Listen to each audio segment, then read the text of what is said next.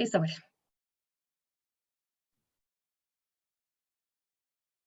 Hola a todas, todos, todes. Les damos la bienvenida a la primera sesión del Seminario Permanente Afroindoamérica Red Global Antirracista. Tenemos el gusto de inaugurar las actividades del seminario que tiene lugar el último jueves de cada mes con la presentación de Scarlett Estrada. Scarlett Estrada es egresada de la licenciatura en Antropología Social por la Escuela Nacional de Antropología e Historia y de la licenciatura de Comunicación y Periodismo de la Facultad de Estudios Superiores Aragón. Es asistente de investigación en el proyecto Antropología e Historia de los Racismos, las Desigualdades y las Discriminaciones, coordinado por la doctora Cristina Masferrer León del DEAS INA, y además es locutora del proyecto podcast Afrochingonas. Nos va a deleitar, ¿no? y a hacer mucha reflexión, ¿no? A partir de la presentación que tiene preparada para el día de hoy, que se titula Hipersexualización y racismo, aproximaciones metodológicas para su investigación desde la experiencia. Muchas gracias por estar aquí, Scarlett. Tienes la palabra y invitamos también a quienes nos estén sintonizando desde Facebook que nos dejen sus comentarios y se los haremos llegar a la segunda parte de este seminario. Entonces, adelante, Scarlett, te escuchamos. Muchas gracias por la invitación. Es un honor compartir este espacio y estar aquí en un espacio donde yo alguna vez también fui espectadora y me ayudó mucho en aprender y en cuestionarme muchísimas cosas. Voy a empezar a compartir la pantalla para que vean la presentación. Listo. Bueno, en este espacio les expondré la propuesta metodológica que estoy usando en la tesis de licenciatura que actualmente trabajo para obtener el grado de licenciada en Antropología Social por la Escuela Nacional de Antropología e Historia. El proyecto lleva por título tentativo Experiencias de hipersexualización y racismo de mujeres afromexicanas en la Ciudad de México. El interés por este tema de investigación pues es resultado de diversas experiencias personales y colectivas también, las cuales me han llevado a repensarme constantemente desde diferentes campos, el cuerpo, la identidad y la sexualidad. Asimismo, es fruto de un proceso de reconocer mi afrodescendencia y la forma en que me atraviesa en la forma en la que me atraviesan estos campos que ya mencioné anteriormente. También reconozco el encuentro con diversas personas afro que han enriquecido mis procesos y mis reflexiones, ¿no? Entre ellas, pues, mis hermanas del podcast de Afrochingonas. Bueno, por nombrar algunas, ¿no? Porque son muchísimas. El objetivo principal de la tesis es analizar las experiencias de hipersexualización de mujeres afrodescendientes que nacieron en la Ciudad de México como una expresión del racismo, identificar los efectos de estos procesos y las estrategias que desarrollan para hacerles frente. Dentro de las experiencias por analizar se encuentra la mía. Con la finalidad de alcanzar dicho objetivo, propongo la metodología desarrollada por Filomena Set, basada en el análisis de la experiencia. En este espacio de reflexión, expondré la pertinencia del uso de la propuesta de Filomena Set para el análisis de las experiencias de hipersexualización en mi proceso de investigación. En primer lugar, ahondaré sobre la hipersexualización y el racismo. Posteriormente me adentraré en la propuesta metodológica de Filomena Set, la cual parte de un marco conceptual desarrollado por la autora, donde apuesta por una definición operativa del racismo. Posteriormente expondré la metodología que propone la autora y reflexionaré sobre la pertinencia de la metodología para la tesis de investigación. Un poco como contexto de mi proceso de tesis, ahorita ya voy en la etapa de las entrevistas. Llevo, bueno, una entrevista y mi proceso reflexivo de autoetnografía. Bueno, en el marco del proyecto Antropología, Historia de los Racismos, las Discriminaciones y las Desigualdades de la DEASINA, donde pues colaboro con la doctora Cristina Masferrer, ella y yo generamos una aproximación a la noción de hipersexualización para una infografía que es la que puse en la imagen, bueno, en la presentación, que está del lado derecho. Igual si gustan consultarla, la pueden encontrar en las redes sociales del DEASINA. Esta aproximación se basa en autores como Mara Viveiros, Stuart Hall, Carlos Correa y también contamos con una revisión técnica de Georgina Diodiubelo, que es una mujer afromexicana, activista y feminista. En este sentido, pues nosotras entendemos a la hipersexualización como una construcción social hegemónica, androcéntrica, sexista, machista y misógina, que en vinculación con el racismo se expresa en la reducción de personas y poblaciones racializadas a características sexuales exaltadas y naturalizadas. Es importante detallar el significado de la vinculación entre la hipersexualización y el racismo, para así identificar sus operaciones y hacer explícitas las imbricaciones de distintos sistemas de opresión en este mismo. La aproximación al concepto expuesto, como ya había mencionado, encuentra las raíces en Stuart Hall, Mara Viveros, y Carlos Correa, quienes explican esta relación entre el racismo y la hipersexualización. El racismo y la hipersexualización se vinculan cuando se atribuye y exaltan características sexuales a determinados grupos sociales como los afrodescendientes. En consonancia con Stuart Hall, la hipersexualización se ubica dentro del discurso racializado de la diferencia, estructurado por opuestos binarios, en el cual las razas negras se ubican en la ausencia de control o restricción de las emociones y expresiones sexuales, en contraposición de las razas blancas que ocupan el lugar de la cultura y la razón. De acuerdo con el autor, al ubicar a las poblaciones afro en la zona de lo natural, sus diferencias se fijan a una esencia, la cual juega el papel de significante de la diferencia. Asimismo, esta diferencia encarna el cuerpo mismo, que en la hipersexualización se reduce a los órganos sexuales.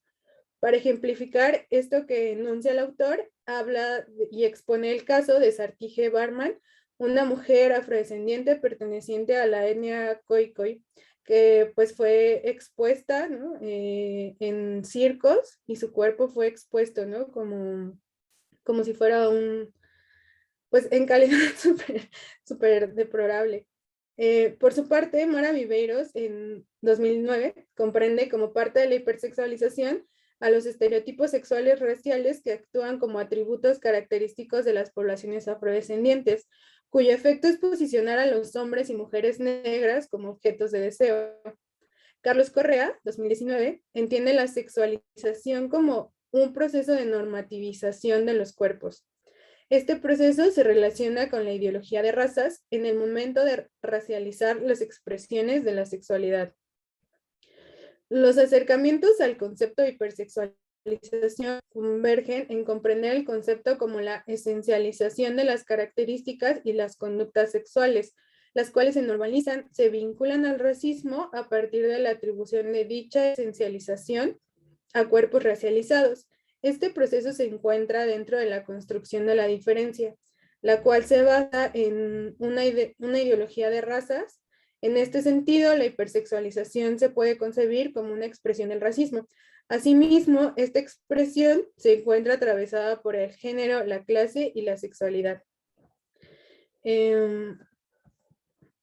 Las formas en las que se vive las experiencias de hipersexualización son también determinadas por el género, la sexualidad y la clase. De acuerdo con Clara Gelbrandova, 2014, estas categorías ubican en diferentes posiciones a hombres y mujeres afrodescendientes. Asimismo, los posiciona en otros lugares frente a mestizos o blancos. Ejemplo de esto es la construcción occidental histórica y eurocéntrica de las mujeres afroesclavizadas, quienes, abro comillas, no estaban percibidas como mujeres en el mismo sentido que las mujeres blancas. Las mujeres afrodescendientes eran y en parte siguen siendo percibidas principalmente a través de la sexualización racializada y la racialización sexualizada. Cierro comillas, Gelbrandova 2014. Los prejuicios y estereotipos son algunos de los efectos de la hipersexualización, los cuales se experimentan en la vida diaria. En ocasiones son acciones y pensamientos tan normalizados que identificarlos resulta complejo. Por tal motivo es necesario explorar propuestas como la de Filomena Set para su análisis. Ella propone una metodología para abordar y analizar el racismo a partir de la experiencia. Filomena Set, 2010, desarrolla un marco teórico que acompaña su propuesta metodológica para el estudio del racismo, cuyo objetivo es conceptualizar en torno a las formas en que el racismo modela las formas en que las mujeres negras experimentan las relaciones y prácticas sociales. Propone una definición operativa del racismo que ella llama racismo cotidiano, donde se representan sus diversas expresiones en el campo microsocial y macrosocial. Aquí está. El racismo engloba un conjunto de violencias que encuentran justificaciones mediante una ideología de diferenciación racial, con el objetivo de ejercer poder sobre un conjunto de personas. Por su presencia en diferentes esferas que interactúan y organizan la vida colectiva y cotidiana, se considera un problema estructural con diversas expresiones. Una de ellas es la hipersexualización, la cual atraviesa cuestiones raciales, pero también de clase, género y sexualidad. Para Wallenstein, el racismo, abro comillas, no es una actitud de desprecio o de miedo hacia quienes pertenecen a otros grupos definidos por criterios genéticos, como el color de piel, o por criterios sociales. El racismo va mucho más lejos. Cierro comillas, Wallenstein, en 1988. Es un problema estructural. En concordancia con el autor, el racismo tiene sus orígenes con el surgimiento del capitalismo y sus necesidades de fuerza de trabajo para generar plusvalía. Sin embargo, es una problemática que trasciende a los límites de la sociedad, rebasa lo estructural y se presenta de la misma forma en lo individual. Las expresiones del racismo en lo estructural y en lo individual son un eje importante en la definición de Filomena Set. Para la autora observa que en las diferentes definiciones del racismo, desde lo institucional e individual, se encuentran algunas falacias. Por un lado, se ha usado el término institucional en algunos estudios europeos que reducen el racismo a una discriminación institucional, y por el otro lado, la autora señala que la noción de racismo individual es contradictoria, debido a que por esencia el racismo es una expresión de poder en grupo. Ante esto, la autora propone un concepto que busca trascender estas diferencias entre el racismo institucional y el racismo individual que ella ubicó, y propone la noción de racismo cotidiano. Con esta se refiere a la manera como el racismo se entrelaza en el tejido del sistema social. Ese 2010. A partir de esta definición es que la investigadora se propone comprender y analizar las experiencias de las mujeres negras. Para Filomena Set es necesario contar con una definición que incluya las expresiones del racismo. Se silenció tu micrófono, Scarlett.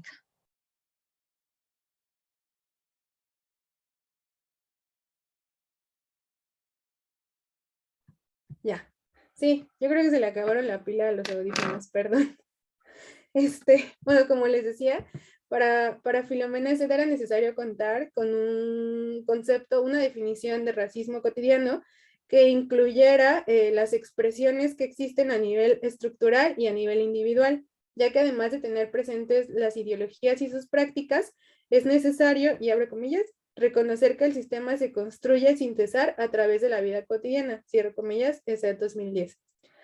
De esta forma, pues la autora reconoce la capacidad de agencia de cada persona, asimismo da cuenta de la relación de lo macrosocial y microsocial en la vida cotidiana.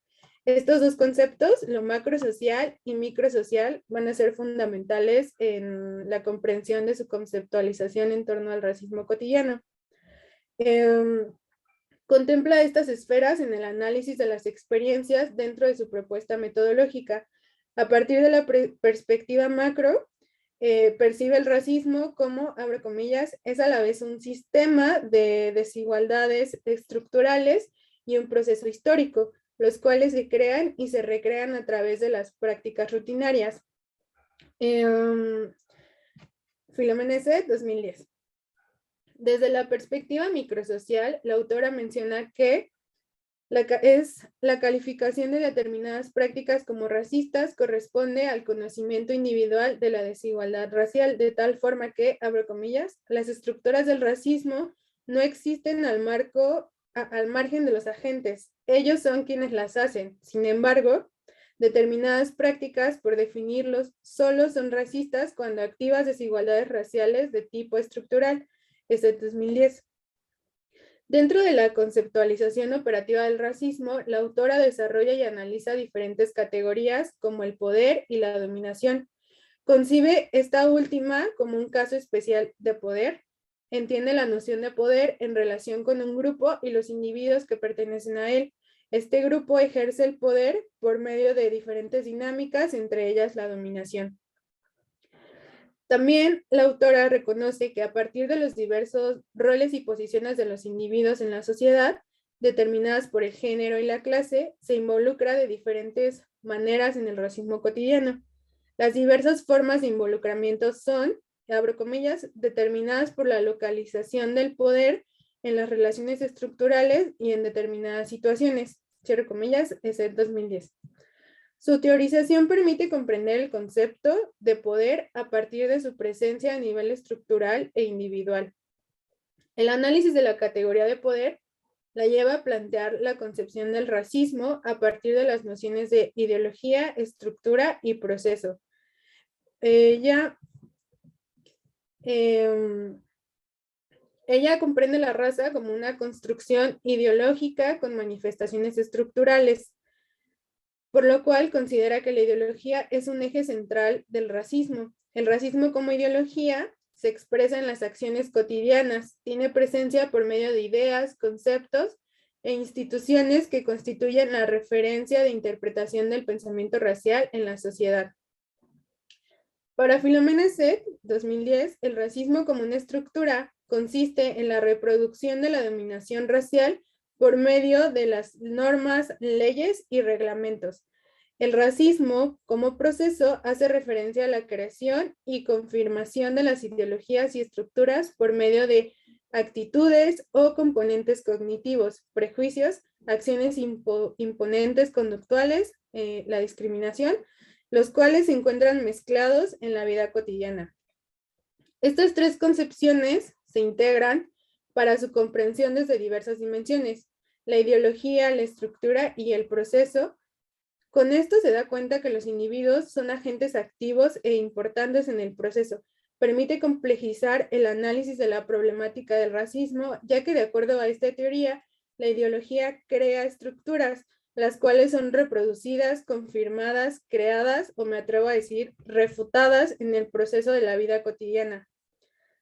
La vida cotidiana es el entorno en el que cada uno se sitúa en el mundo. Las formas, estructuras y contenido de estas varían de acuerdo a los individuos y los periodos de vida de cada uno.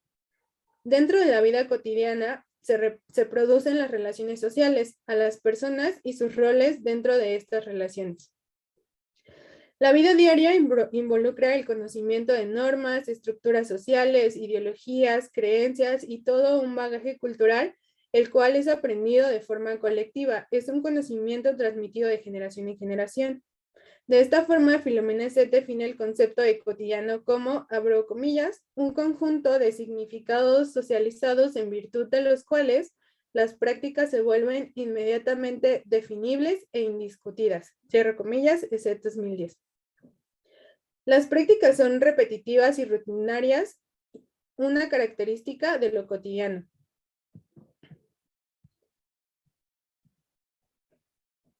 El anterior brevario es presentado y desarrollado de una forma más específica por la autora, con la finalidad de contextualizar el conocimiento general del racismo. Es fundamental para comprender la importancia de la propuesta de Philomena Seth en pro de una definición operativa del racismo, que tenga como base la vida cotidiana en la que se lleva a cabo diferentes procesos, tanto estructurales como ideológicos, integrando las visiones macro y microsociales.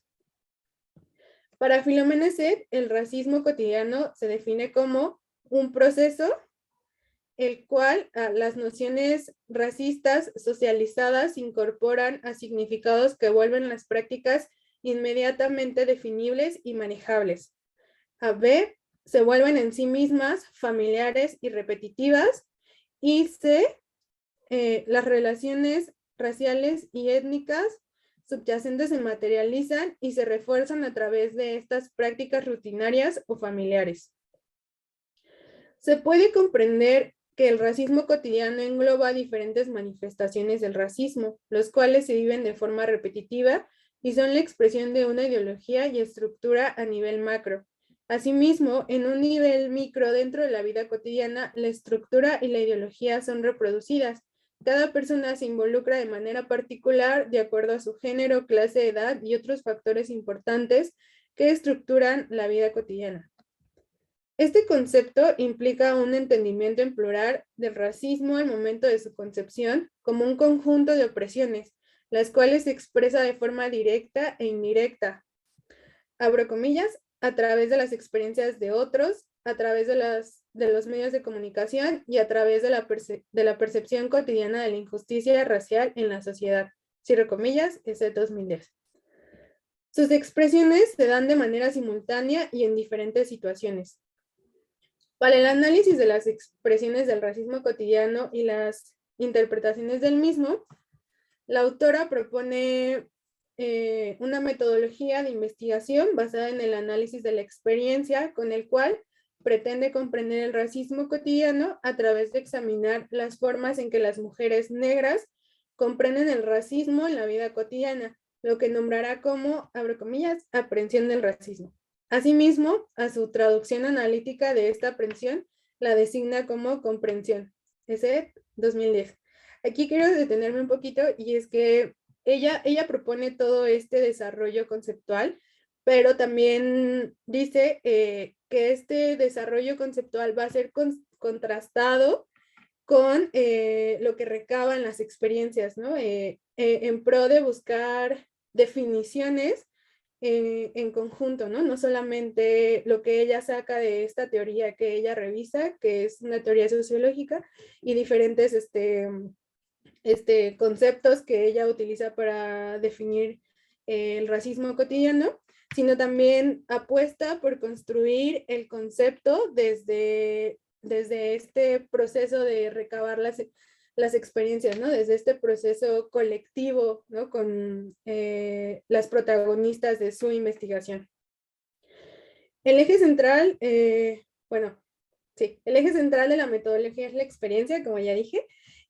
Incluyen, ya que estas incluyen determinados microacontecimientos, aunque la experiencia también puede considerarse como el impacto del conocimiento de los fenómenos generales, macroestructurales. Igualmente, los relatos de las experiencias permiten en cierta medida vislumbrar las manifestaciones encubiertas del racismo. La autora concibe las experiencias fuera del ámbito personal, ya que los acontecimientos forman parte del conocimiento general del racismo, lo que da cuenta de las características estructurales del racismo.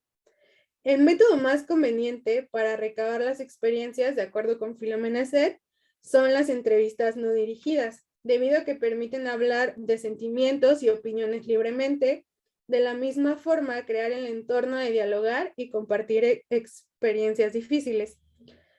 Para el análisis de las experiencias, la autora propone clasificar diferentes tipos de experiencias entre experiencias personales, que es el racismo en contra de nosotros, generalmente presenciado o a veces relatado.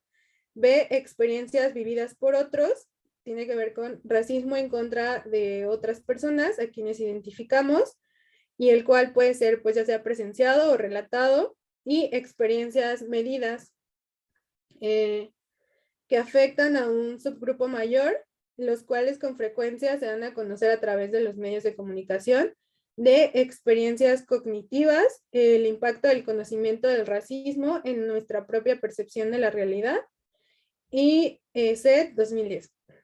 La diferenciación de esta forma permite ubicar las expresiones micro y macro sociales. De la misma forma, brinda información respecto a las nociones individuales del racismo, las cuales en cierta medida también son aprendidas. Después de recabar los relatos, se analizan y se comparan con los conceptos teóricos como el concepto operativo de racismo cotidiano, con la finalidad de calificar o no de racismo a específicos acontecimientos. La propuesta de Filomena Set incluye un marco teórico y una metodología. Ella lo aplica para conocer las experiencias de racismo cotidiano. A su vez, conocer la concepción que tienen las protagonistas de la investigación del concepto del racismo, que era un poco lo que les comentaba anteriormente.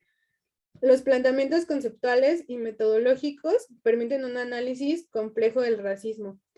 Para la investigación que desarrollo, será necesario hacer algunas precisiones.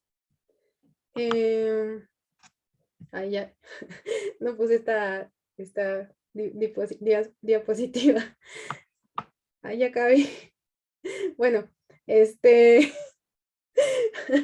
para, sí, para la investigación que desarrollo es necesario hacer algunas precisiones. En primer momento, tengo que ubicar la hipersexualización como una expresión del racismo cotidiano, ¿no? Entrando ya, o bueno, usando ya esta propuesta conceptual, no solo metodológica, que propone la autora. Y digo, la presento junta porque es como un poco difícil no explicar como la metodología basada en el estudio de las experiencias sin esta base conceptual que ella da. Dentro del marco teórico, bueno, ubicar la hipersexualización como una expresión del racismo dentro del marco teórico, debido a que el objetivo de la investigación es analizar las experiencias de hipersexualización de mujeres afrodescendientes, ubicar las nociones de hipersexualización en los niveles micro y macro social. En el desarrollo de la propuesta de Filomena Set, se encuentra una constante enunciación de la importancia de dar cuenta de la posición y estructura de la vida cotidiana de cada individuo, la cual es determinada por diversos factores, entre ellos el género, la clase y la edad. Para la investigación que desarrollo es necesario tener en cuenta que en la hipersexualización el factor de género y de sexo son determinantes en las experiencias. Seguramente estarán presentes en los relatos de las protagonistas de la investigación. En suma, la clasificación de las experiencias dentro de la metodología de Filomena Set, la investigadora ubica un ordenamiento de sus categorías para analizar las experiencias. Dicho ordenamiento lo realiza con base en los datos recabados en sus entrevistas. En el caso de esta investigación, los ordenamientos tendrán que responder a las experiencias recabadas de mis protagonistas de investigación. Para recabar la información, la autora propone realizar las entrevistas no dirigidas, debido a que permiten entablar un encuentro libre donde los pensamientos y sentires fluyan. En este sentido, las entrevistas no dirigidas será un método que intento utilizar. Sin embargo, sí es medio semidirigida porque va enfocado a la hipersexualización, ¿no? No al racismo en general. Las entrevistas las estoy realizando, se realizan a 6 mujeres afromexicanas de la Ciudad de México, dentro de las cuales me incluyo con la finalidad de sumar mis experiencias como una mujer afrodescendiente al análisis. Como les mencionaba un poco, ya llevo pues mi proceso de autoetnografía y una entrevista. Mi experiencia se reflejará a la investigación por medio de la autoetnografía. Es una perspectiva epistemológica del método antropológico. Su objetivo es dar cuenta de lo general desde lo particular o individual. Blanco, 2012. Si ubican dos conceptos del término, por un lado, abro comillas, se aplica al estudio de un grupo social que el investigador considera como propio, ya fuera por su ubicación socioeconómica, ocupación laboral o desempeño de alguna actividad específica. Blanco, 2012. Por otro lado, una concepción más reciente contempla, abro comillas, los relatos personales y autobiográficos como las experiencias del etnógrafo como investigador, situado en un contexto social y cultural. Ambas concepciones serán útiles para analizar mis experiencias.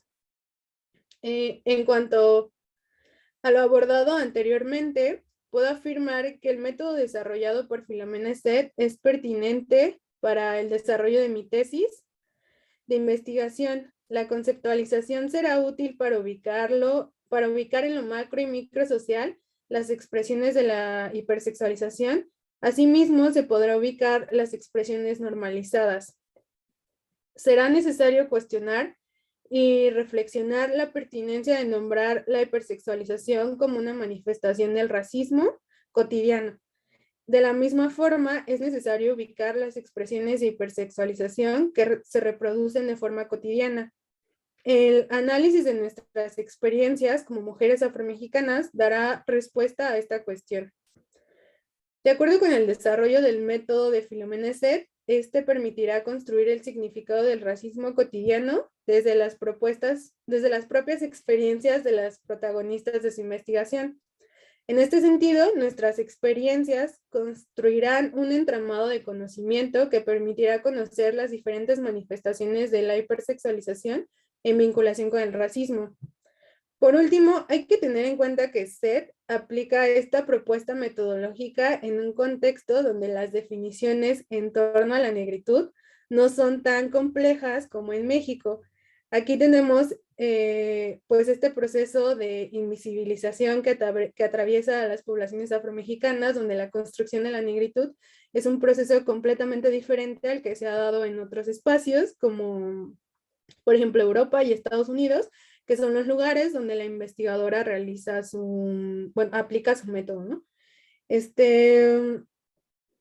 Y pues eso es todo. Creo que me sobró mucho tiempo. Y pues nada, la verdad, o sea, ya realizando como este proceso autoetnográfico y esta primera entrevista, pues me doy cuenta de que esto último es vital y le agradezco a Cristina y a Gabriela que me ayudaron a ver esto que en verdad yo no había visto, ¿no? Y que creo que es fundamental tener en cuenta porque sí es una diferencia completamente importante para abordar la forma en la que se vive y en la forma en la que estas experiencias están atravesadas, ¿no? O sea, creo que este proceso es importante, ¿no? Porque, pues justo, o sea, ubico como que incluso mi propio proceso de autoadscribirme, de reconocerme como afrodescendiente es muy diferente a como pudo haber sido si yo quizá hubiera nacido en otra latitud, ¿no? En otro país, en otro espacio. Entonces, pues eso, eso es parte de la tesis que estoy desarrollando. Digo, hay todavía varios conceptos que pues voy a meter, que voy a ocupar, varias cosas que ahí todavía estoy pues en este proceso de lectura, análisis, reflexión, ¿no? Como un poco la interseccionalidad o imbricación de presiones, como esto de colonialidad, ¿no? Estas cosas que pues también me interesaría hablar de la tesis, pero pues ya es, es bueno que lo logro aterrizar porque de pronto como que veía muy grande el problema y luego me interesaban como muchas otras cosas y me costó un poco de trabajo como aterrizarlo a esto y trabajar así en la tesis.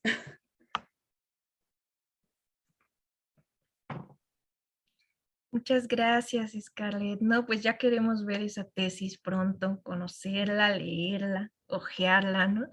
Me parece que lo que nos presentas, pues es un tema que se hace cada vez más actual, sobre todo en la reverberación que están teniendo las redes sociodigitales, ¿no? Que también son plataformas a partir de las cuales se reproducen estos racismos cotidianos. Pues como tu propuesta, ¿no? Nos invita a pensar la hipersexualización como una forma de opresión, donde se designa, se marca y se ejerce un dominio sobre los cuerpos de las mujeres racializadas, y cómo además esto prefigura las relaciones sociales y afectivas, y que además, ¿no? Dichas prácticas pues responden precisamente a un racismo estructural que se expresa, se replica, se actualiza constantemente.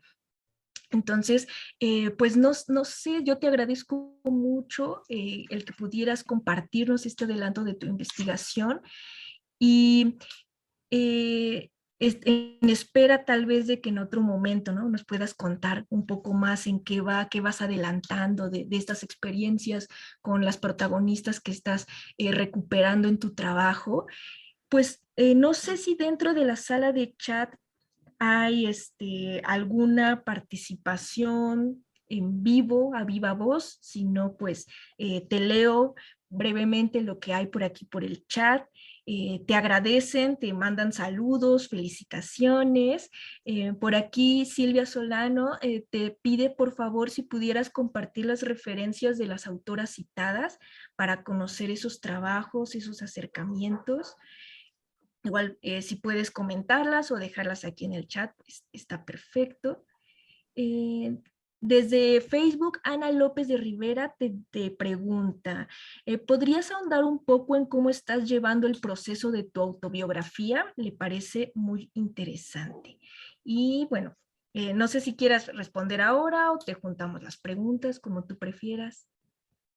Sí, está bien, contesto ahorita. Muchas gracias por los saludos. Según yo ya dejé de compartir pantalla, pero sí, así, ok, listo. Pues sí, si quieren ahorita en un momento copio como algunos de los links a la bibliografía que he usado para que tengan acceso. Igual hay como textos no académicos que les puedo recomendar que también quizá pueden abrir como un poco más el panorama y también para entrar como en esto que propone también Filomena Zeta, las experiencias, ¿no? De que el conocimiento también está en estas experiencias de la vida cotidiana. Entonces también les podría compartir ahí algunos artículos y pues sobre cómo estoy llevando mi proceso de autobiografía. Pues yo la verdad no sabía muy bien cómo por dónde empezar. Digo, porque de pronto es como que te dicen que te sientes a escribir, ¿no? O sea, que hagas como que te sientes a este proceso reflexivo.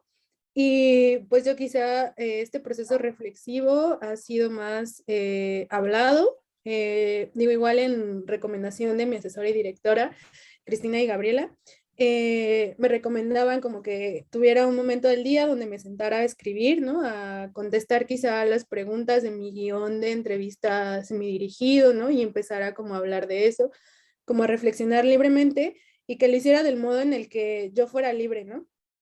Del modo en el que no pensaran que me restringía, por ejemplo, al escribir, que de pronto uno está escribiendo y dice como, ay, no, eso no lo voy a poner porque no sé, ¿no?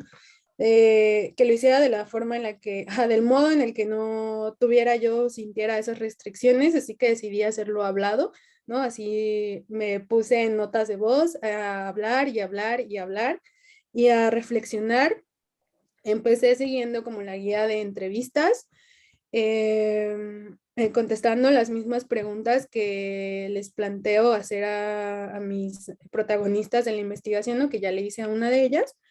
Y también pues guiándome un poco como por lo que quería yo más contar, ¿no? Y ya en este proceso también, bueno, también el tema de la hipersexualización es un tema que he reflexionado bastante como en mis procesos, incluso también de terapia. Entonces, creo que en ese sentido es un poco más fácil porque lo tengo ya ubicado e incluso ya un poco más trabajado como en cuestiones personales de sanación, ¿no? Entonces, como que reunir todo eso y para analizarlo y hacer este proceso de escritura y clasificación como de la información con esta justo propuesta metodológica que estaba exponiendo. Gracias, Scarlett. Rocío tiene por ahí un comentario, la manita levantada, adelante. Muchas gracias, Bere. Scarlett, muchas gracias por compartirnos tus ideas, tu trabajo. Además, felicidades, porque muchas veces se tiene como un poquito de miedo, ¿no? De presentar avances de investigación. Entonces, bien, así es lo que hay que hacer, ¿no? Aventarse, conversarlo y compartirlo. Y te agradezco también por digerirnos de una manera tan clara el trabajo de Filomena Esed. Yo no sé si haya traducciones al español de su trabajo, entonces está buenísimo, ¿no? Porque nos permite como desagregar muchas de las ideas que nos compartes. A mí me interesa la parte metodológica bueno, me interesa todo tu trabajo, pero la parte metodológica, tengo dos preguntitas. Una es que sin conocer yo el trabajo de Filomena Esed, me llama la atención esta propuesta de trabajar desde la experiencia, que es muy valiosa, y de las entrevistas no dirigidas. Y bueno, yo vengo de la antropología y mi pregunta es, ¿cuál sería la diferencia de esta propuesta de abordar la experiencia y las entrevistas no dirigidas con lo que conocemos tradicionalmente como observación participante? ¿Tú notas, o sea, cómo desagregarías eso? Porque desde mi perspectiva, pues todo eso es como parte de la observación participante, ¿no? Entonces no entiendo muy bien dónde está la diferencia, ¿no? Entonces me ayudaría mucho si me compartieras eso. Y la segunda pregunta tiene que ver también con la parte de autoetnografía, que en los últimos años ha tomado mucha potencia, sobre todo para temáticas que tienen que ver con opresiones, ¿no? Con relaciones de poder. Entonces, me parece que es muy importante abordarlo desde ahí, sobre todo temas de racismo que son tan resbalosos a veces. Entonces yo quisiera preguntarte, hasta ahora con lo que has pensado, con todo esto que nos dices, ¿no? Que estás respondiendo tus propias preguntas del cuestionario, para ti, ¿dónde están los retos de hacer autoetnografía, no? Porque, claro, es tocar muy afectivamente tu propio trabajo, ¿no? Entonces, si nos pudieras compartir eso, y te lo pregunto concretamente porque hay muchas personas hoy en día trabajando desde la autoetnografía y creo que escuchar esas experiencias, no solamente de los retos, sino de cómo están resolviendo esos dilemas que se presentan, yo creo que puede ayudarle a muchas colegas, ¿no? Si tú compartes tu experiencia ya que estás más avanzada. Y muchas gracias, felicidades por tu trabajo y también ya muero por leer esa tesis.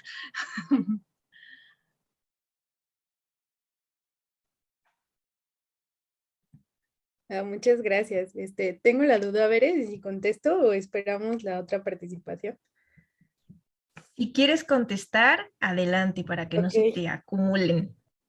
Bueno, pues me agarraste un poquito en curva con lo de la diferencia entre las experiencias y la observación participante. Digo, yo también vengo de la antropología. Sé que esta propuesta es más sociológica, viene más de la rama sociológica, entonces sí, pues sí veo esa diferencia, ¿no? Bueno, esa distinción creo que es muy importante, ¿no? De que pues no viene de la antropología, ¿no? Y pues bueno, no sé si lo que diga vaya a ser correcto, pero voy a seguir mi intuición. Y es que más bien siento que la observación participante está, o sea, lo ubico más como desde el lugar donde lo haces, ¿no? O sea, siento que la observación participante es más desde un lugar externo, ¿no? O sea, más desde un lugar como que no perteneces al grupo, por así decirlo, y siento que el análisis de las experiencias es más de pertenecer al grupo, porque Filomena Ced es una mujer negra también, ¿no? Entonces, el entablar, o sea, el hablar de estas experiencias de pronto cuando eres y ocupas ese espacio, ¿no? De mujer racializada y el entablar como esa... esa plática y ese proceso con otra mujer racializada, ¿no? Es un poco como, o sea, como que lo vuelve en otro posicionamiento, ¿no? Quizá por aquí me vaya a equivocar o algo así, pero siento que va más por ese lado. Y sobre dónde están los retos de hacer autoetnografía, híjole, pues creo que uno de los primeros con los que yo me encuentro es como con el ser vulnerable, porque es abrirte, o sea, en verdad es como, y es algo que a mí me cuesta, ¿no? Es como mostrarles esto, pero a la vez mostrarles parte de mi vida, o sea, mostrarles parte de las cosas que me han hecho daño, parte de las cosas que me han dolido, pero también mostrarles parte de las cosas que me han hecho feliz, que me han hecho lo que soy ahora, ¿no? O sea, es parte de compartir esa vulnerabilidad, ese quizás ser humanos, ¿no? Que muchas veces como que nada más estás bajo esta pared de investigador, ¿no? O sea, investigador y ya, ¿no? Sino es como derribar esa pared y mostrarte tal cual, ¿no? Entonces, creo que ese es como uno de los retos, como el no tenerle miedo a ser vulnerable, o al menos ha sido uno de los retos para mí de manera personal, como el no ser vulnerable, y en verdad ha sido todo un reto, ¿no? Ha sido un todo un reto incluso estar aquí como presentando la tesis, y igual otra vez es algo que he hablado muchísimo en terapia porque es como, pero es que me da como cosa de pronto las críticas, porque es como que siento que no es solamente crítica hacia mi trabajo, sino es crítica como más personal, ¿no? Porque es como yo, o sea, el trabajo soy yo.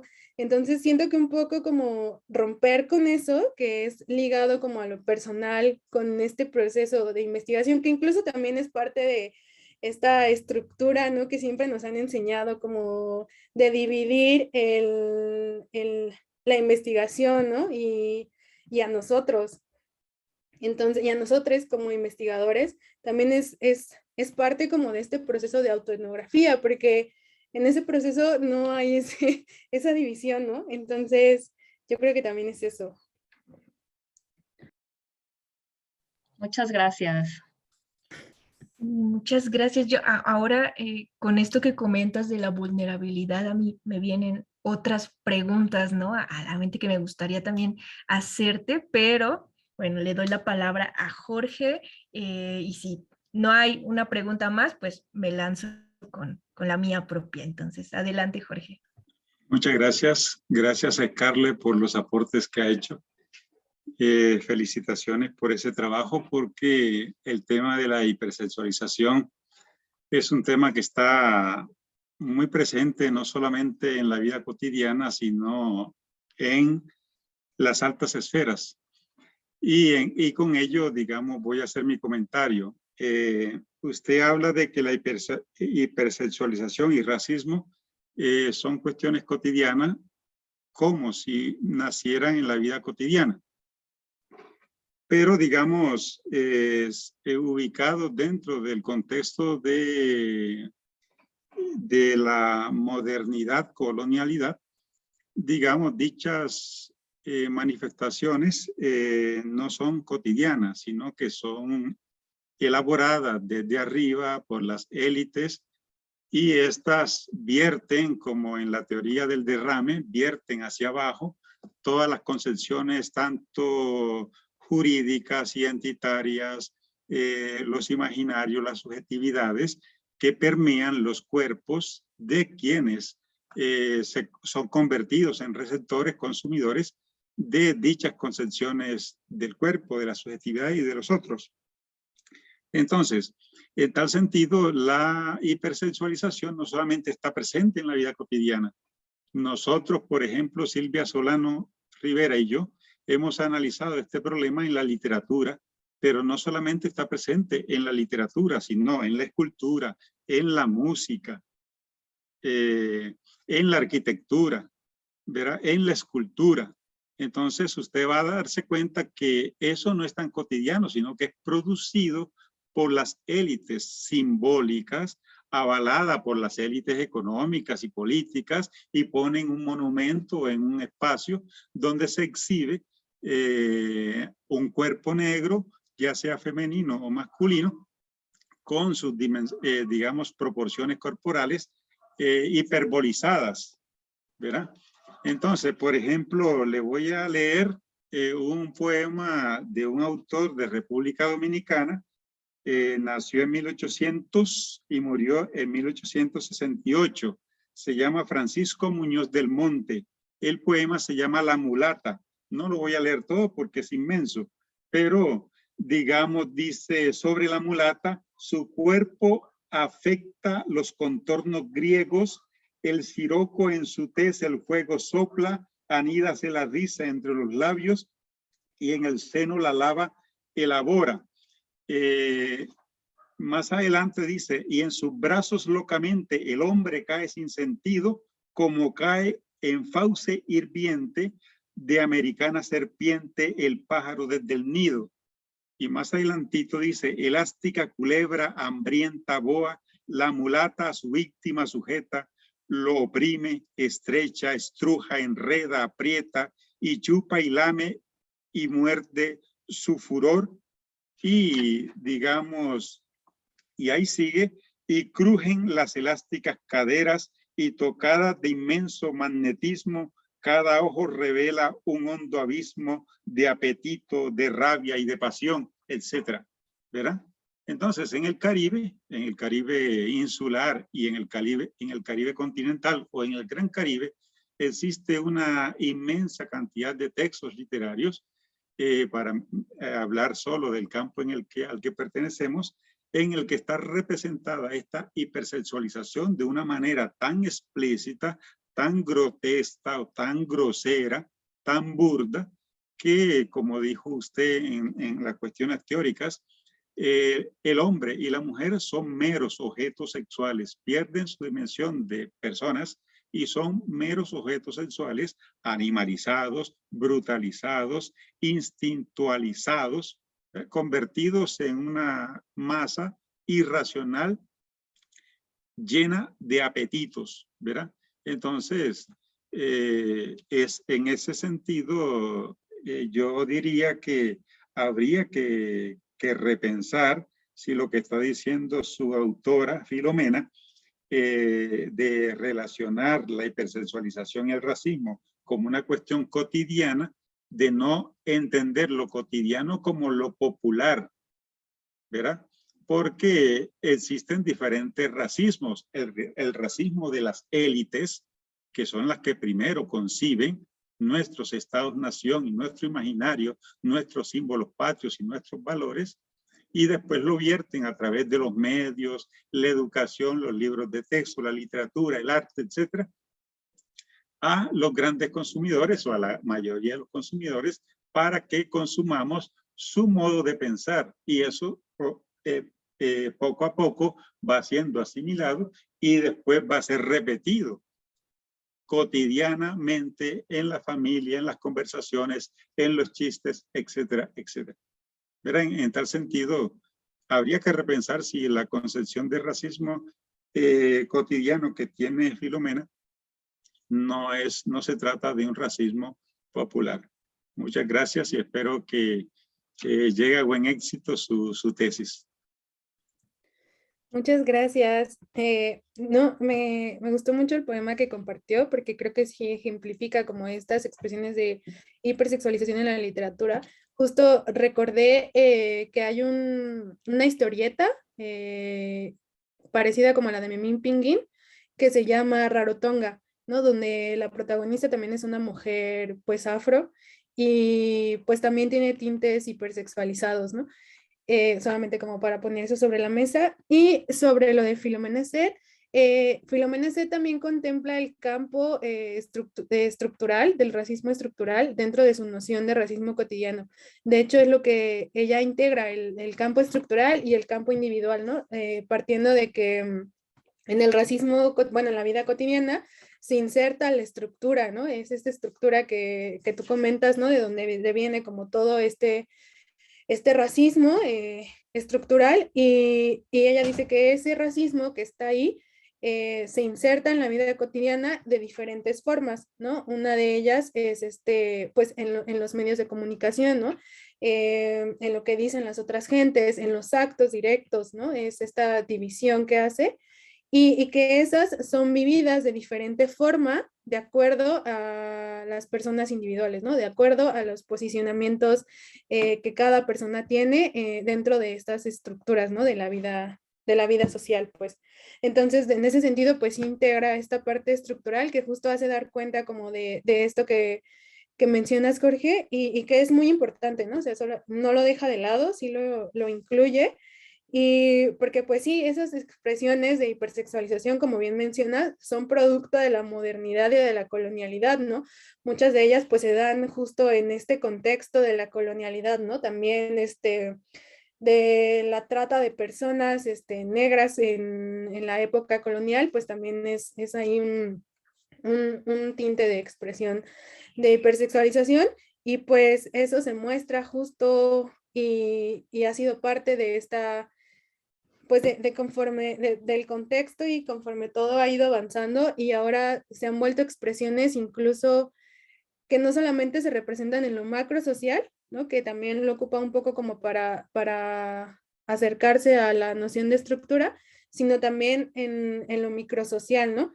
Expresiones en lo macrosocial, como lo hemos mencionado, como estas expresiones en la literatura, en la publicidad, ¿no? En los medios televisivos, y en lo microsocial, que ya son expresiones como más directas, ¿no? Como que, no sé, alguien en la calle, o voy a hablar como de experiencias propias, ¿no? O sea, de que una vez un chavo con el que salía me dijo que porque yo no tenía ganas, ¿no? De establecer como relaciones sexuales, si la gente como yo siempre tenía ganas, ¿no?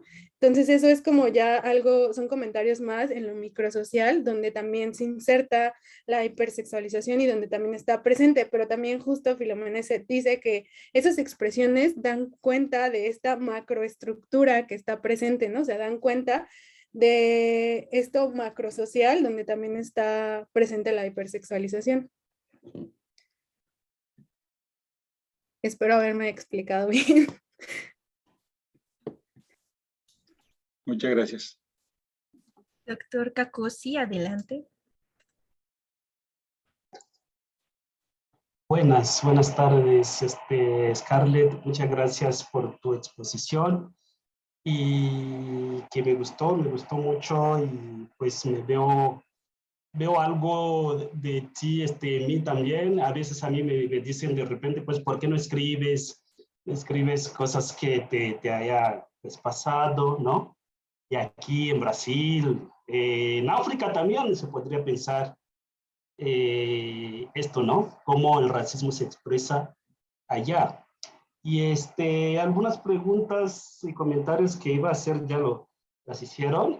Por ejemplo, eso de hacerte a ti misma como una entrevista. Yo también me quedaba así preguntando ¿cómo sería esto? Pero sí lo explicaste bien.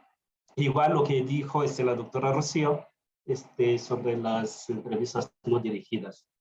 Y yo voy a hacer algo aquí como una reflexión, pregunta, ¿no? Es pensar desde lo que de repente algunas personas dicen que sí hay como un racismo al revés, ¿sí? Es un racismo al revés. Y en una de las definiciones del racismo, de los autores ahí que nos compartiste, mencionaste algo de la mirada androcéntrica, ¿no? Entonces yo me quedé pensando, así, si no habría también una mirada al revés, ¿cómo marcar esto o entender esto dentro del mismo racismo? O sea, cómo ese racismo también se vuelve o se regresa a los hombres o cómo los negros o dentro de los mismos afronegros, cómo viven ese racismo entre ellos sin pensar primero al blanco, esa mirada de una persona blanca, un hombre blanco o una mujer blanca. Pero también se puede pensar, una mujer blanca no tendría esas miradas hipersexualizantes hacia un hombre blanco, perdón, hacia un hombre negro. Y ahí pensaba yo, porque no escuché bien, bueno, escuché que en digamos, en la metodología estás haciendo entrevistas, vas a hacer entrevistas, no sé, a 3 mujeres, chilangas y afrochilangas, si mal no recuerdo. Y entonces también es ahí, digamos, a mí me parece que tendrías que pensar también en el tema de delimitación, porque con la hipersexualización yo pienso que podría haber esa hipersexualización hacia mujeres negras o racializadas, pero también la podría haber al revés, como de mujeres blancas hacia hombres negros o hombres negros hacia mujeres blancas o mujeres negras, por ejemplo. Estoy reflexionando y pensando cómo se podría delimitar. O sea, para que no te vaya así o que no te pregunten, ¿por qué dejas eso? Entonces, tal vez sería bueno también dejarlo claro. No, yo voy a tratar de mujeres negras o racializadas, afrochilangas, hipersexualizadas, ¿no? Porque hace poco leí un artículo así sobre la historia de la sexualidad. Ahí dice como esas dicotomías, esas también contradicciones. A la vez el salvaje es erotizado, ¿no? Ese odio pero también deseo del blanco. Te digo que eres salvaje, que te digo que tu cuerpo no sirve, pero a la vez te deseo. Y me quedo, reprimo a mis mujeres blancas, pero hago lo que no quiero hacer con ellos, hago con el salvaje o el bárbaro, la bárbara, ¿no? Como esa dialéctica, odio, deseo, odio, deseo. Y también como eso, atraviesa esa hipersexualización que podría ser también, podría estar en ambos lados.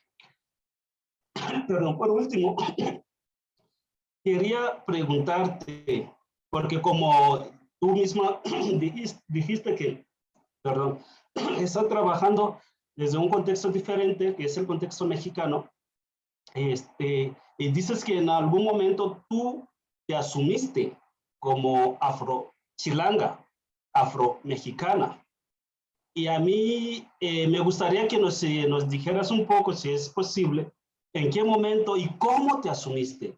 Porque muchos podrían decir, una chica como tú puede pasar aquí desapercibida y hasta blanca, no se mestiza, en fin, o morena, y no pasa nada, ¿no? Entonces, ¿en qué momento te asumiste o desde qué episodio, o sea, cómo te asumiste como afro, ¿no? Porque, bueno, para los que nos están escuchando, los que pueden ver después esto, tal vez también podría ayudar esto, como los demás, o sea, los procesos que los demás o las demás han llevado a cabo para para el asumirse afro, en este caso afromexicano, afromexicano.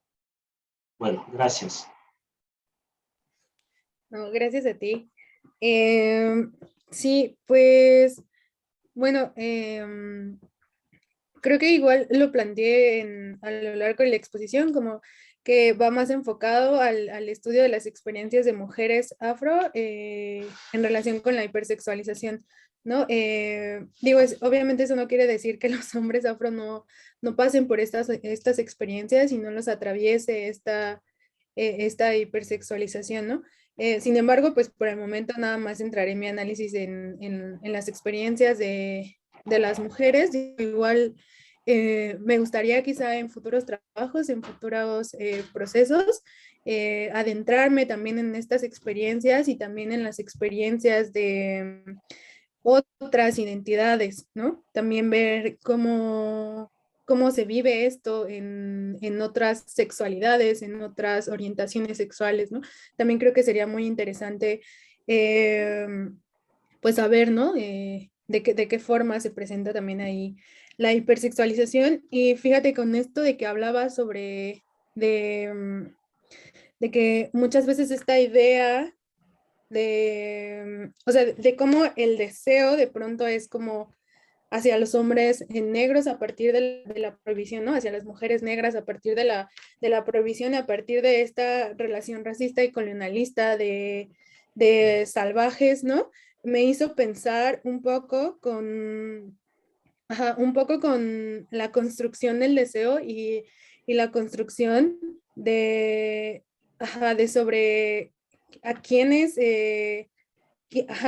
pueden ser objeto de nuestro deseo, ¿no? Incluso también como la construcción de la sexualidad y cómo llevarla a cabo, ¿no? También esta idea es que estoy pensando cómo relacionarlo,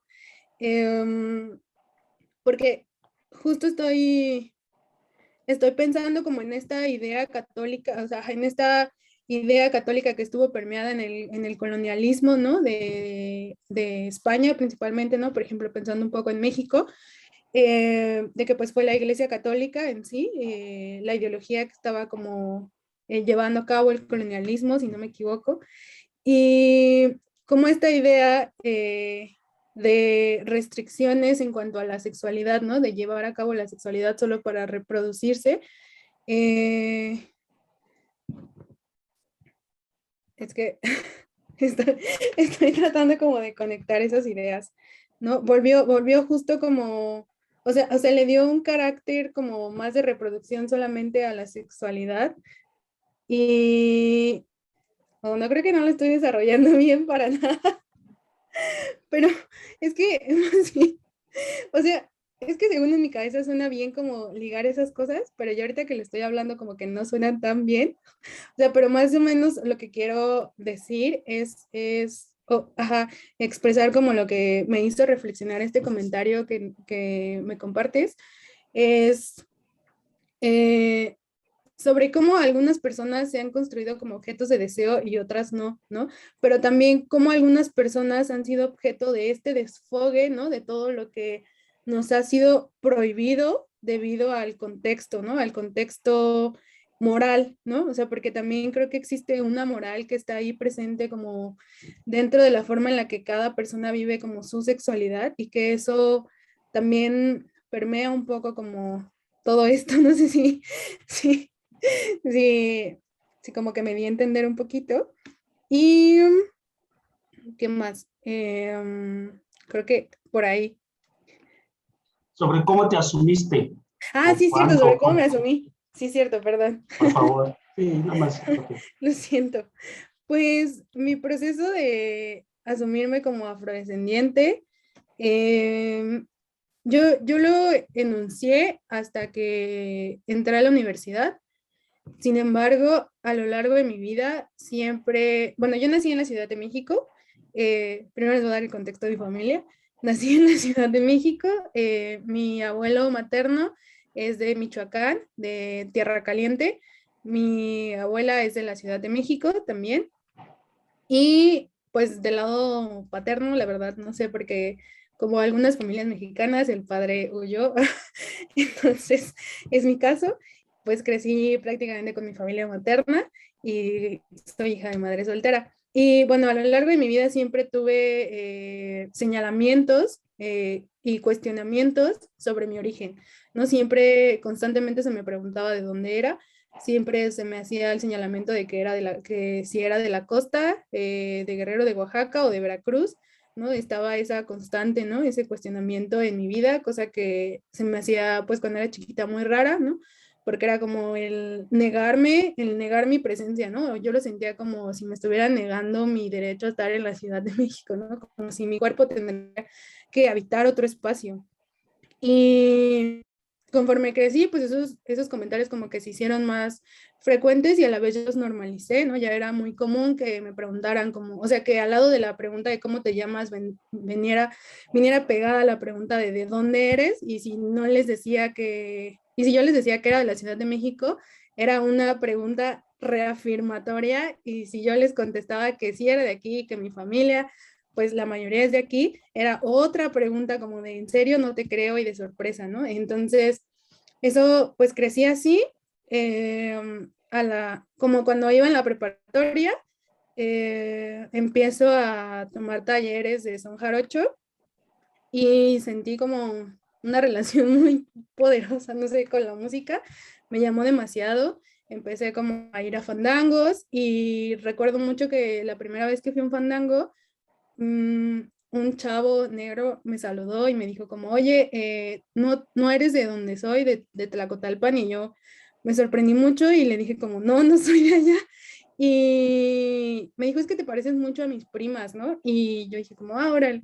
Y luego en ese mismo fandango otra persona me hizo el mismo señalamiento, ¿no? O sea, preguntándome como si no era de Veracruz o si no era de este espacio o así. Y pues bueno, entró Laina y como que esas preguntas se hicieron más, ¿no? O sea, se volvieron más constantes. Y hay una chica que es con la que hago el podcast, que se llama Valeria Angola, y pues siempre éramos como dos generaciones separadas, o sea, ella era dos generaciones antes que yo. Eh, y íbamos en distintas carreras, ella iba en etnología, yo iba en antropología social, pero pues los salones, los edificios estaban pegados, ¿no? Era como uno enfrente del otro. Y a mí me preguntaban como, ¿eres hermana de Valeria? ¿Eres prima de Valeria? ¿No? Me acuerdo que una vez me llegaron a preguntar como, ay, ¿eres prima de Valeria? O sí, y yo, no. Y Valeria es afrocolombiana, es de Colombia. Y pues ya eso me sacaba como muchísimo o sea, como que me sacaba de onda, pero también a la par me estaba dando como mucho sentido a muchas cosas. Y tuve una clase donde llegó una maestra a exponernos su trabajo de investigación, que igual era de Colombia, era una chica afro, donde nos habló sobre el cuerpo, sobre la reivindicación de la negritud a partir del cabello afro. Y pues todo lo que decía me hacía mucho sentido. Y digo, ahorita estoy rapada, pero tengo el cabello chino. Entonces, pues como que todo lo que ella contaba y sus procesos, yo los sentía muy cercanos a mí y me reflejaba demasiado. Entonces me acuerdo que esa vez me acerqué como con el entusiasmo de una alumna que le encanta una clase y a decirle que pues me había gustado mucho la clase y ella me dice, pues tú eres hermana, y yo así como de, ¿en serio? Y pues a la par de eso, también en la escuela, pues empecé a leer un poco más sobre los afromexicanos, sobre este proceso de invisibilización, y pues empecé a preguntar en mi familia, ¿no? Al principio me topé con esta negativa que incluso es también un poco racista, ¿no? De negar los ancestros negros, ¿no? Y solamente pues dar cuenta de los ancestros blancos europeos, ¿no? De hecho tengo una tía que siempre dice así como de, nosotros venimos de franceses. Y se borra completamente los ancestros indígenas y los ancestros negros que están, ¿no? Y pues bueno, recuerdo una vez en una plática así con mi bisabuelo, que ya falleció, que me dijo, ellos son de Michoacán, que me dijo que le habían contado que una de sus abuelas era sobrina, bueno, o había sido, o tatarabuelas o algo así, había sido sobrina de Morelos o algo así, ¿no? Que por ahí. Y pues Morelos es negro y Morelos es de Michoacán. Entonces como que al hilar todas esas cosas me empezó a hacer más sentido y pues decidí enunciarme como una mujer afrodescendiente y también a la par pues contar mi historia para dar cuenta de este proceso de invisibilización que nos atraviesa, ¿no? Y que está presente y que atraviesa mi familia, porque a pesar de que yo hago todo esto, a pesar de que tengo el podcast, a pesar de que pues me la paso hablando de racismo y de afrodescendencia y todo eso, pues mi familia aún no se reconoce, pero pues también sé que es un proceso individual, un proceso de cada persona, ¿no? Y pues así fue como, como me reconocí como una persona afro. Creo que también fue parte del encuentro con otras personas, ¿no? Que reflejan muchísimo mi historia, mis sentires, mis pensamientos y eso. Muchas gracias. Gracias, Scarlett. No, sin duda queda esto que tú misma señalaste, ¿no? La reflexión desde la propia experiencia y el sentimiento de apertura, ¿no? De vulnerabilidad que hay en tanto implica ese contar tu historia, ¿no? Y contar la trayectoria y los caminos que te ha tocado recorrer. Y a propósito de lo que comentaba el doctor Cacosi y anteriormente otros comentarios, aquí Silvia deja en el chat un comentario que me gustaría leer. Dice, respecto a lo que comenta el doctor Cacosi, creo que cabe tomar en cuenta la mirada imperial desde la cual se construye a los cuerpos negros, femeninos y masculinos como objetos de deseo. Desde una visión sexista se ve al cuerpo de la mujer afro como espectáculo y deleite para el hombre blanco, al tiempo que se construye el cuerpo masculino afro como hipersexualizado y descomunal, con el discurso del negro violador de blancas para su persecución y prácticas de esterilización. Aunque también al cuerpo masculino negro se le ha feminizado. Esto es algo de lo que hemos visto al menos en manifestaciones literarias, ¿no? Tiene mucho sentido que repienses, ¿no? Esta reflexión de la hipersexualización a partir de la experiencia de las mujeres. Entonces, creo que ese énfasis que tú haces en tu trabajo, a mí me resulta sumamente decidor de muchas cosas que se conjugan, ¿no? En esa misma experiencia de opresión, cosas que van entrelazándose. Fer, veo que tienes la mano levantada. Adelante para seguir aquí con la charla. Muchas gracias, Bere. Muchas gracias, Scarlett. La verdad es que yo quiero unirme a las felicitaciones por tu exposición, a los deseos por ver pronto tu tesis terminada, ya publicada, y me adelanto a la invitación para que cuando tengas tu trabajo terminado regreses al seminario y nuevamente nos lo presentes, porque no cabe duda que tu preocupación que emana de tu vivencia, conjugada con tus emocionalidades en un sentido de práctica, toman dimensiones mucho más fuertes, ¿no? La autoidentificación es un proceso muy duro, es muy duro, y cuando te descubres en esas diferencias de trato, en esas formas en que se refieren hacia ti, en esos señalamientos, ¿no? Cuando eres niño y los otros, el otro, el blanco, el que tiene otros estereotipos entre lo bonito, ellos son bonitos y tú eres chistoso, ¿no? Lo que tú comentabas ahorita en tu proceso de identificación a mí me ha hecho mucho clic, porque son historias similares, ¿no? A mí me mueve mucho un poema de Victoria Santa Cruz, que seguramente conoces, que es así por más conocido, que es el de Me gritaron negra, ¿no? Entonces, ahorita recuerdo comienza diciendo que ella es una chiquitina de 7 años. 7 años nomás tenía, ¿qué 7 años? No llegaba ni a 5. Y le gritaron negra, ¿no? Y más adelante, en otra parte de su poema, el cual no me sé de memoria, pero recuerdo esos dos versos, dice, y comencé a odiar mi cabello, comencé a odiar mis labios, ¿no? Y comencé a hacer todo lo que ellas querían, ¿no? Y tú dices, es mi experiencia desde la ciudad. Ahora imaginémonos a alguien que viene de una extracción indígena y que se ha reconocido por mucho tiempo como indígena, y cuando llega a este otro espacio urbano, le remarcan, le señalan, le recuerdan que es afro, ¿no? Y él se descubre afro también, ¿no?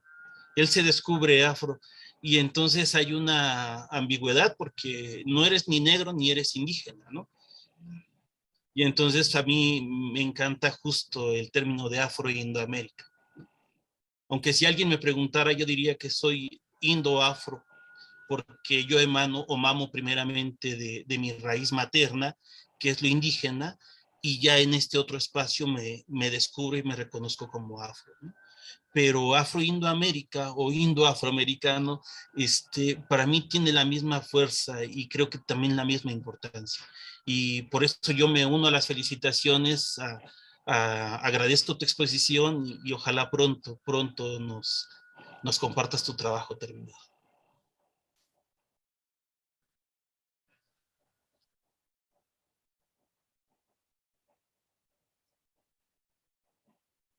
Muchísimas gracias. Ay, me siento como emocionada de que me feliciten. Igual, sobre el comentario que leyó Berenice de Silvia Solano, me recuerda mucho a una parte de un libro de Angela Davis y a una reflexión que también hace ella sobre estas denuncias a hombres negros, y quizá lo que voy a decir para algunas personas que están a favor del feminismo puede sonar un poco como difícil de entender. Es que también Angela Davis habla de que muchas de estas denuncias eran porque se sentían culpables las mujeres de haber sentido eso por hombres negros, ¿no? Y, y pues creo que eso también es fuerte, ¿no? Es fuerte porque habla, y es un poco como la idea que traté de explicar hace rato, ¿no? O sea, como de quiénes son objeto de deseo y la culpa que se siente cuando se ejerce, ¿no? No ejerce es una palabra como muy fuerte. Cuando se lleva a cabo como este deseo, ¿no? Se consuma este deseo, ¿no? Entonces solamente como para dejarlo así sobre la mesa para la reflexión. Y otra cosa que me parece muy importante es también justo reflexionar en torno a las masculinidades, ¿no? Y en torno también a la forma en la que han sido construidos la noción de hombre, en torno a la forma en la que también están los discursos racistas en torno a las masculinidades racializadas, ¿no? O sea, pienso que por un lado está también esta idea sobre el hombre negro de bestialidad, por así decirlo, que no me gusta mucho decir esa palabra porque se me hace una palabra muy fuerte, pero pues también pienso, por ejemplo, en el hombre indígena, ¿no? Que también se le ha construido como de esta idea de infancia, ¿no? Como si no supiera lo que hace, ¿no? También esta construcción y también ahorita un poco pensando en lo que hablaba Cruz Santiago de esta noción de Indoamérica, ¿no? También pensar en cómo se ha construido la noción de mujer, ¿no? También racializada, ¿no? También indígena. Y pues eso también lo dejo sobre la mesa.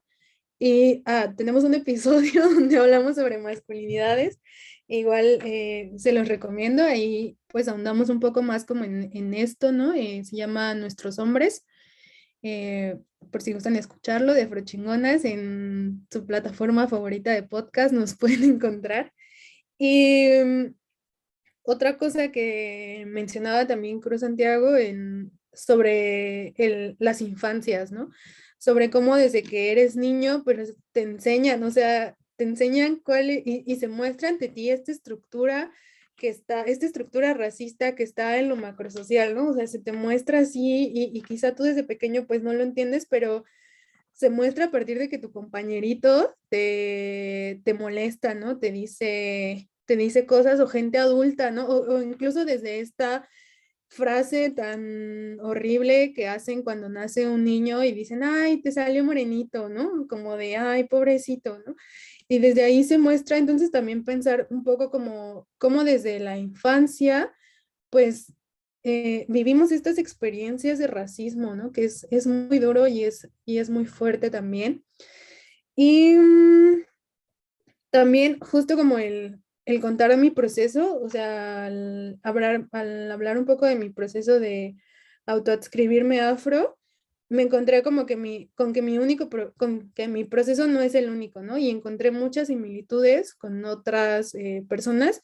La chica que apenas entrevisté, pues justo encontré una similitud en nuestros procesos de autoidentificarnos como mujeres afro, ¿no? Entonces también eso es muy interesante y es como esta diferencia que noto, ¿no? Entre entre a quienes estudió Filomena Set y entre a quienes yo voy a, a compartir experiencias, ¿no? Y, y pues eso. Y muchas gracias por todos sus comentarios. Voy a leer otro comentario que nos deja aquí Silvia. Nos dice, es todo un ícono que afortunadamente se ha ido replicando en nuestras diferentes poetas negras de nuestra América que llevan a cabo este proceso de descubrirse negras y resignificar el término y asumirlo con orgullo. Una parte importante de esos procesos ha sido reapropiarse de su propio cuerpo tan estigmatizado e hipersexualizado. Le cedo la palabra al doctor Serna, que quiere hacer un comentario, y aquí seguimos. Gracias, Bere. Buenas tardes a todas, a todos, a todes. Pues me alegra mucho que estés con nosotros, Scarlett. Bienvenida ahora ya como ponente a estos espacios de reflexión, a este seminario, que pues ya tiene sus años de experiencias y qué bueno que tú lo conociste cuando todavía existía esa posibilidad de lo presencial, ¿verdad? Y bueno, efectivamente nos causa, yo creo que a todos, mucho gusto el que estés aquí, porque obviamente el tema que nos traes y la manera en que lo abordas, pues se convierte en algo muy sugerente de procesos que efectivamente son muy complejos. Creo que queda demostrado con el hecho de cómo pues todos nos hemos visto de alguna manera reflejados en tu intervención y las participaciones que han sido bastantes y que creo que pues las ha generado tu trabajo que aquí expusiste. Y bueno, evidentemente esa complejidad poco a poco se va desglosando. Nos falta mucho todavía, creo yo, por avanzar en el conocimiento de todas estas complejidades. Algunas incluso que todavía suenan antagónicas o contradictorias y que según se enfoquen, según se coloque uno, según se ubique, pues así se va aclarando y se va generando, se va iluminando, digamos, cada uno de los distintos aspectos que tienen que ver con esto que tú señalas de la hipersexualidad en las mujeres afro, que no es únicamente en ellas, como ya se vio, sino que es mucho más amplio. Y que tú ya apuntabas una beta que ojalá le sigas avanzando, esto que anotabas y que es muy pertinente, que es muy importante. En los feminismos negros se ha venido discutiendo mucho últimamente esta cuestión de cómo ver la hipersexualización también desde la perspectiva de las ideologías religiosas. Y eso es lo que tú señalabas de alguna manera. Cuando tú decías esto de la represión y de la segunda intervención tuya sobre esto mismo, hablabas de la culpa, efectivamente, represión corporal y sexual y sentimiento de culpa son elementos que están presentes en las concepciones judeocristianas. Y hay diversas concepciones del cuerpo, y esas diversas concepciones del cuerpo también nos llevan a entender que estas complejidades se muestran cuando hay incluso distintos puntos de vista sobre la mujer. Yo incluso he escuchado en las propias mujeres decir con orgullo, pues yo así soy y me gusta que me vean, en fin, hay como una actitud de orgullo que también puede ser legítimo en un cierto contexto en donde se le ha reprimido a la mujer, ¿no? Una serie de cuestiones y de expresiones, y que no necesariamente eso sea utilizado para el abuso o incluso para la propia violencia, ¿no? Porque muchas de las violaciones se intentan justificar justamente con eso. Es que cómo iba vestida, cómo iba enseñando, etcétera, ¿no? Toda esta concepción, y que nos muestra esta ambigüedad precisamente de estas concepciones. Esto que tú señalabas sobre la percepción sobre el cuerpo y lo de la represión, estas concepciones represivas que nos llevan entonces a analizarlo con mayor profundidad y poder ver hasta dónde llegan estas hipocresías que se expresan, ¿no? Es decir, lo que se dice frente a lo que se ve mal y lo que tiene que ver con toda una vivencia real en lo propio, digamos, ¿no? Estas contradicciones que, por ejemplo, Freud también ya apuntaba, ¿no? En términos de la libido por un lado y lo que eso representa socialmente, ¿no? Porque una cosa es, digamos, lo que tiene que ver con las necesidades sexuales, por ejemplo, y toda la vida sexual para que esta pueda ser una expresión sana del cuerpo, etcétera. Una cosa es eso y otra cosa es cómo culturalmente se le van asignando en esto que tú decías, ¿no? Que efectivamente es un constructo social, esta construcción, ¿no?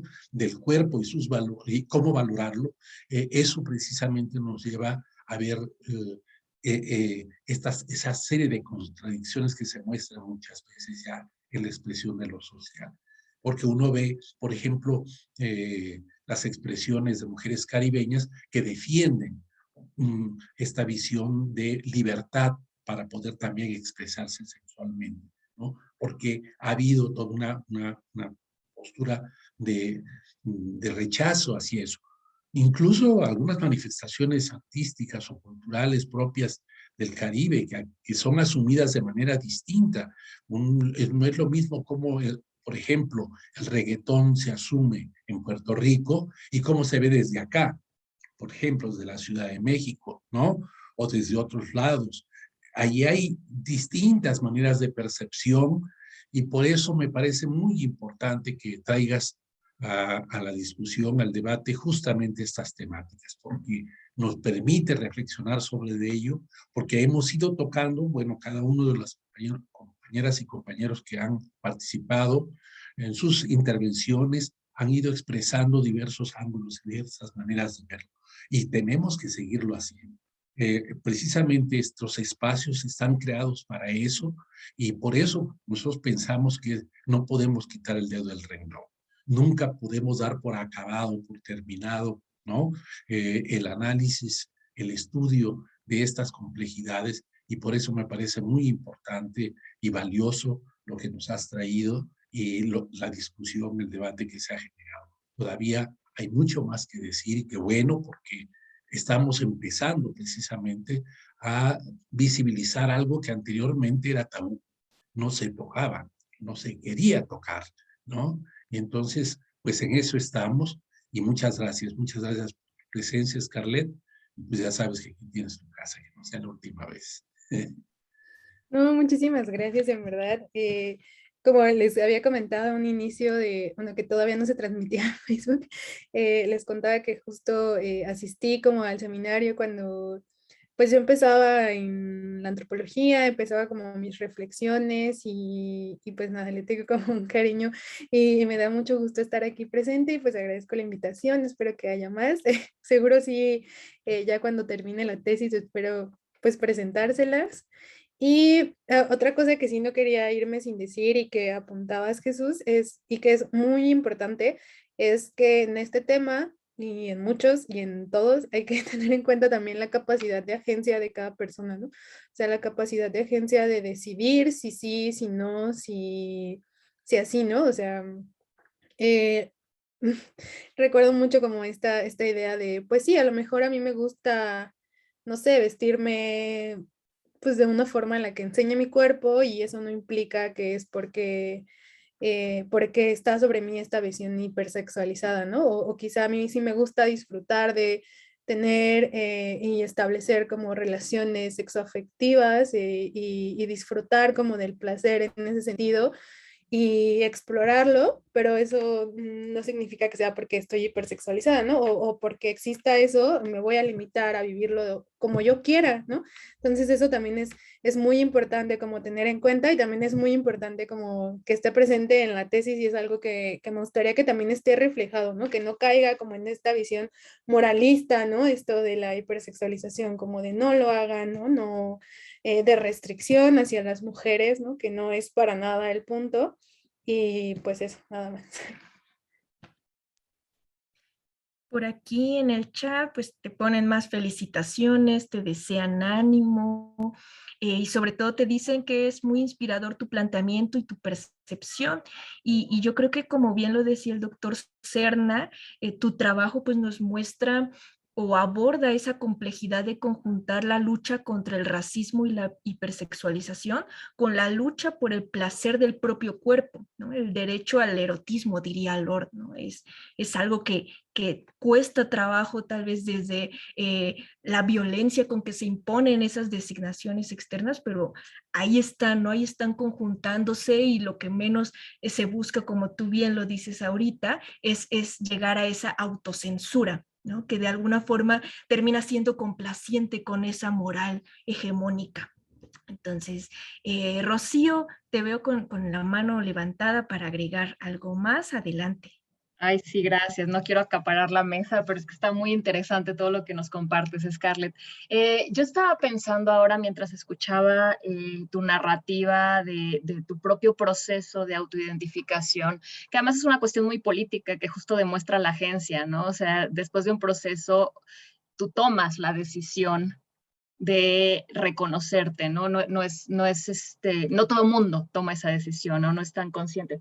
Y entonces también pensaba que claro, tú estás desarrollando tu proyecto de tesis en una coyuntura política extraordinaria, ¿no? Que tiene muchas implicaciones, ¿no? Y que efectivamente marca la diferencia de un Estados Unidos negro de Angela Davis, por ejemplo, frente a un México que históricamente ha invisibilizado todos los procesos de racialización en general, ¿no? No solamente de las poblaciones afro, porque incluso con población indígena se habla de cuestiones étnicas y de clase, pero racismo es pues todavía bastante tabú, ¿no? Pero bueno, pensando en esta coyuntura de cara a un multiculturalismo de Estado, ¿no? Que estamos viviendo ahora, de repente México decide que es multicultural, pluricultural, de repente México reconoce a poblaciones afrodescendientes, la Ciudad de México en concreto, sin duda respondiendo a la movilización social, pero también con intereses muy, muy concretos de Estado, ¿no? Entonces, pensando en cómo se articula esta experiencia cotidiana con los procesos macro, como tú nos los planteas, yo quisiera saber si en esta reflexión que estás teniendo para tu tesis, ves que esté jugando un papel importante esta coyuntura política. ¿A qué me refiero? Ya no estamos necesariamente frente a la invisibilización de las personas afrodescendientes, pero yo veo con preocupación que este multiculturalismo nos esté llevando a una extrema visibilización que replique o reconfigure las formas de hipersexualización y de exotización, ¿no? O sea, de repente la gente empieza a viajar a la Costa Chica porque quiere ver negros, ¿no? O sea, hay un turismo racista, un extractivismo muy, muy potente que se está desarrollando. Entonces, quisiera saber cómo se traduce eso en las experiencias tuyas de las mujeres con las que estás conversando, ¿no? ¿Cómo lo viven, cómo lo entienden, qué piensan en torno a ello? No está como muy formulada mi pregunta, ¿no? Pero es eso, ¿no? ¿Qué papel está jugando la coyuntura política en los resultados que estás encontrando en tu investigación? Híjole, pues mucho, o sea, en realidad las entrevistas las empecé a hacer hasta ahora, ¿no? Pero justo como el proyecto y como en todo lo que sentaba los objetivos y demás, todo lo que implica como esta parte del proyecto de la tesis, pues empezó antes del 2019, que en el 2019, como saben, pues fue el reconocimiento constitucional de las poblaciones afrodescendientes a nivel nacional, ¿no? Y con eso devino pues otras cosas que fue como la encuesta censal, como ahora que ya hay varios estudios y ya se ha hecho más difusión, que también el año pasado, no, en el 2020, como que de pronto siento que el 21 no existió, no sé por qué. En el 2020, con la lamentable muerte de George Floyd y como todo este contexto racista, pero también de lucha política que estaba viendo en Estados Unidos, como que eso hizo que los medios de comunicación y como que mucha gente voltearan a ver a sus contextos, ¿no? Y dijeran como, ¿qué está pasando? Entonces, siento que como esos momentos fueron coyunturales como en el reconocimiento de las poblaciones afro en México, ¿no? Y de reconocer el racismo, ¿no?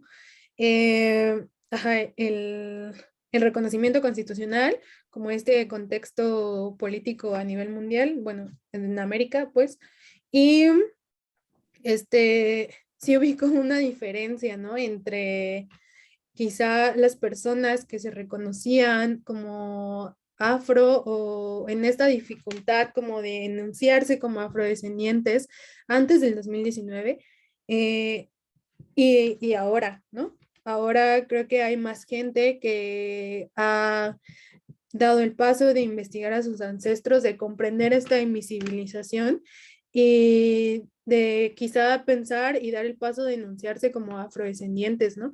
Y digo, también está justo este extremo, que es muy lamentable, la verdad, como este extremo exotizante, como de, sí, sí, conozcamos a los afrodescendientes, ¿no? Como de que, ¿cuáles son sus danzas, ¿no? Incluso de pronto como que yo siento, o sea, personalmente yo siento un poco raro como cuando dices, ah, pues soy afrodescendiente de la Ciudad de México, es como si de pronto yo no tuviera identidad cultural, por así decirlo, ¿no? O sea, que ya sé que la cultura pues no se refiere solamente como a danzas, a comida específica, ¿no? Etcétera. Eh, y de pronto justo como que cae en eso y también, justo también, no sé, como que hay muchísima, también por un lado, desinformación como a nivel general, pensando también como en estos acontecimientos del censo, ¿no?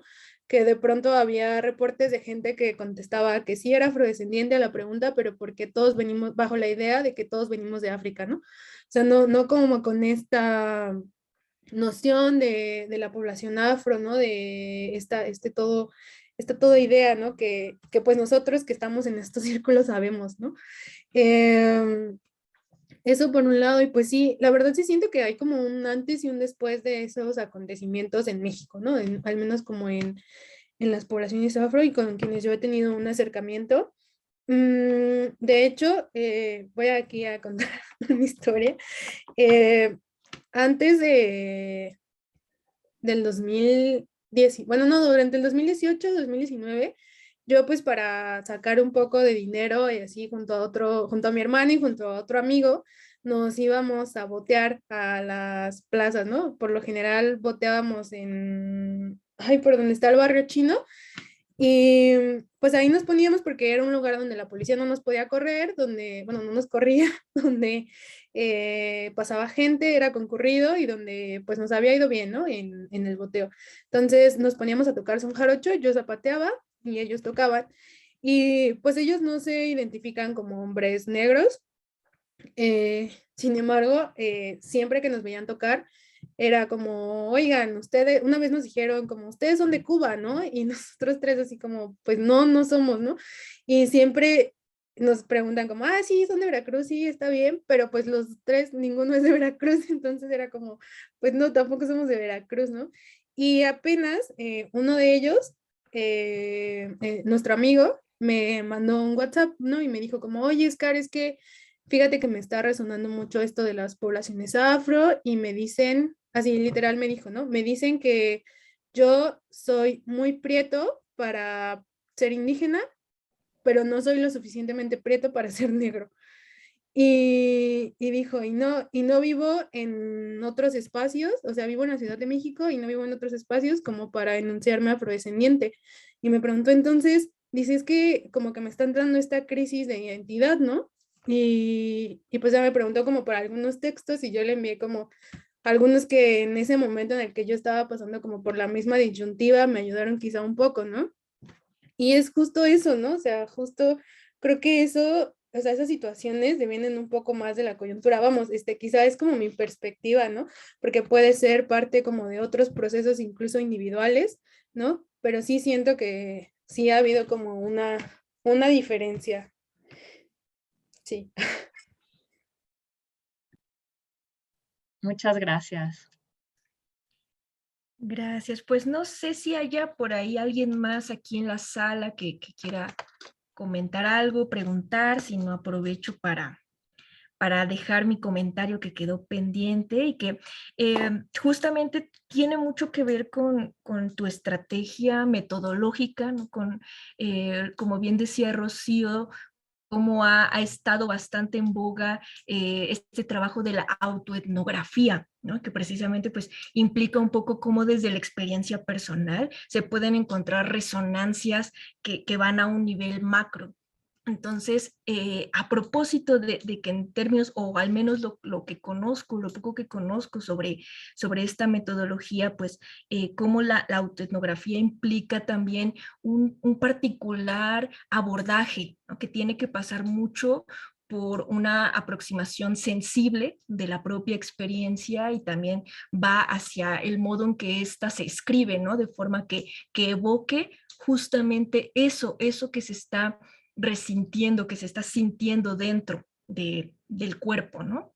Entonces, a propósito, pues yo me preguntaba si en términos ya más metodológicos, teóricos, pues habías pensado o estás haciéndolo, la integración de un acercamiento desde lo afectivo y lo sensorial, ¿no? Precisamente a partir de esta metodología de la experiencia, pensando en cómo se siente el ser un cuerpo objeto de hipersexualización, ¿no? Que son preguntas pues profundamente dolorosas en algunos casos, en otras pues implican, como bien dices, esta apertura que después además pasaría como por ese filtro analítico de ti misma, ¿no? De tu propia experiencia. Pero también lo pienso esto en lo sensorial, en tanto muchas veces esta expresión del racismo cotidiano, de la hipersexualización, se da a través de la mirada, por ejemplo, la forma en que se mira al otro. Pero también hay sentidos que se hipersexualizan, ¿no? Que a veces no necesariamente caemos en cuenta de eso, pero por ejemplo, cómo se hipersexualiza también la voz o incluso el olor corporal, ¿no? Son otros elementos que entran dentro, que son parte de ese cuerpo, pero que no necesariamente son tan explícitos, ¿no? O son tan evidentes como podría ser en estos otros casos. Entonces, no sé si en las experiencias que te relatan tus protagonistas hay algunos ejemplos de estas otras formas más desde lo sensorio, ¿no? Si estás pensando entrarle por ahí, bueno, son temas que pues personalmente, ¿no? A mí me interesa, ¿no? Estoy metida en eso y por eso más bien lo pregunto, ¿no? Yo creo que tal vez te puede brindar pistas para ciertos abordajes. Sí, muchas gracias. Pues justo me está dando una pista para mi abordaje. O sea, en cuanto a lo sensorial, no lo había tomado en cuenta. Sí había tomado en cuenta otras cosas que igual fue en conjunto con Cristina y Gabriela, que me están acompañando como en este proceso, mi directora y asesora. Y es como no solamente centrarme en las narrativas, o sea, Filomena dice que te centres en las narrativas, ¿no? Completamente, pero no solamente las discursivas, sino también el lenguaje corporal, la forma en la que visten, ¿no? La forma en la que se mueven. La primera entrevista que hice fue en videollamada, ¿no? Porque yo iba saliendo del COVID, entonces no había forma en la que tuviéramos pues un contacto, ¿no? Personal. Entonces se limitó a la videollamada y pues a partir de ahí pude hacer como este análisis, ¿no? Como de quizá cosas muy limitadas, porque cuando estás en una videollamada a lo mejor lo único que puedes analizar de pronto es como el lenguaje corporal, aparte del discurso, quizá también esto de qué tan cerca tiene la cámara o no tiene la cámara, como qué tanto del cuerpo se muestra por la cámara, no sé, el fondo también, ¿no? Y eso. Y pues el viernes sí, mañana tengo mi otra entrevista y esa sí va a ser presencial. Entonces ahí sí ya me voy a poner más sensible como a esto. Y esto que tú mencionas como de sensoriales, no lo había, la verdad, tenido en cuenta, pero sí me hace mucho sentido. Y me pone a pensar también en qué otros aspectos, justo como mencionas, se encuentra también la hipersexualización, ¿no? Como el olor, ¿no? Tú misma lo mencionas, y que es también muy importante y me doy cuenta de algunas cosas que en mi propia reflexión y análisis, ¿no? Porque pues ya aquí, ya siendo totalmente vulnerable, como que, como que siempre... pues así, ¿no? O sea, me he ubicado como con una persona con un olor como fuerte, ¿no? A mí. Entonces también como eso, cómo juega y ha jugado un papel como en este proceso, ¿no? Y en este pensar y en este reflexionar de ser objeto de cuerpo objeto de hipersexualización. Pero sí, muchas gracias por lo que me comentas y la verdad sí me gustaría como integrar y creo que eso enriquecería muchísimo también la investigación. Y pues con más ganas ya estamos aquí deseosas y deseosos de conocer cómo va tu trabajo, en qué termina y pues aquí estaremos abierto el foro, ¿no? Para seguir siguiendo las pistas de Scarlett. Pues no sé si hay algo más que se quiera agregar a la conversación, si hay alguna otra intervención aquí en el chat, en Facebook. Nada más las Parece que no. invitaciones. Pasamos. Sí, hay una pregunta en el Face, Aurel. Perdón, acaba de llegar.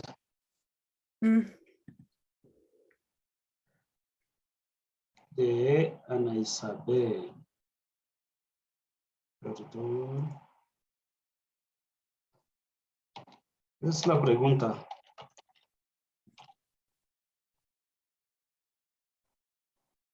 Ana Isabel pregunta, es para el comercial, ¿dónde se puede contactar a Afrochingonas? El comercial. Nos puedes encontrar así como Afrochingonas en Spotify, Apple Podcast, Google podcast en Anchor. Bueno, en casi todas las plataformas. Ahí nada más pones en Google Afrochingonas y ya te sale casi todas, ¿no? Igual nuestras redes sociales son @afrochingonas en Instagram, @afrochingonas en Twitter y en TikTok. Aún no tenemos Facebook, pero a lo mejor pronto. Y pues ahí. Igual, pues no sé, hablaban de compartir las lecturas. No sé si se las pueda mandar por correo a Israel o de qué forma se les puede hacer llegar justo para que también tengan como esta difusión. Pues yo con gusto las recibo, Scarlett, y las comparto. Si el equipo está de acuerdo o si hay otro método, pues ahí lo dejan en la mesa, ¿no? Ok. Sí, muchas gracias. Pues muchas gracias a ti, ¿no? De nuevo, felicitaciones por este trabajo tan potente, ¿no? Que nos deja muchísimo. Rocío, no sé si hay algo más pendiente, algo más que se deba agregar antes de finalizar y dar por concluida la sesión. Creo que yo no, pero Fer sí tiene algo que... Sí, pues yo, a propósito de los anuncios, agradecer a quienes nos han acompañado en la transmisión de Facebook el día de hoy y anunciarles que en muy poco tiempo va a estar colocado el video de esta sesión junto con los otros ya existentes desde el coloquio hasta las sesiones de los conversatorios y de las sesiones del seminario pasadas, las anteriores, en nuestro canal de YouTube. Por favor, denle a nuestro clic, síganos y ahí vamos a estar subiendo las novedades que tenemos cada semana, cada 15 días, perdón.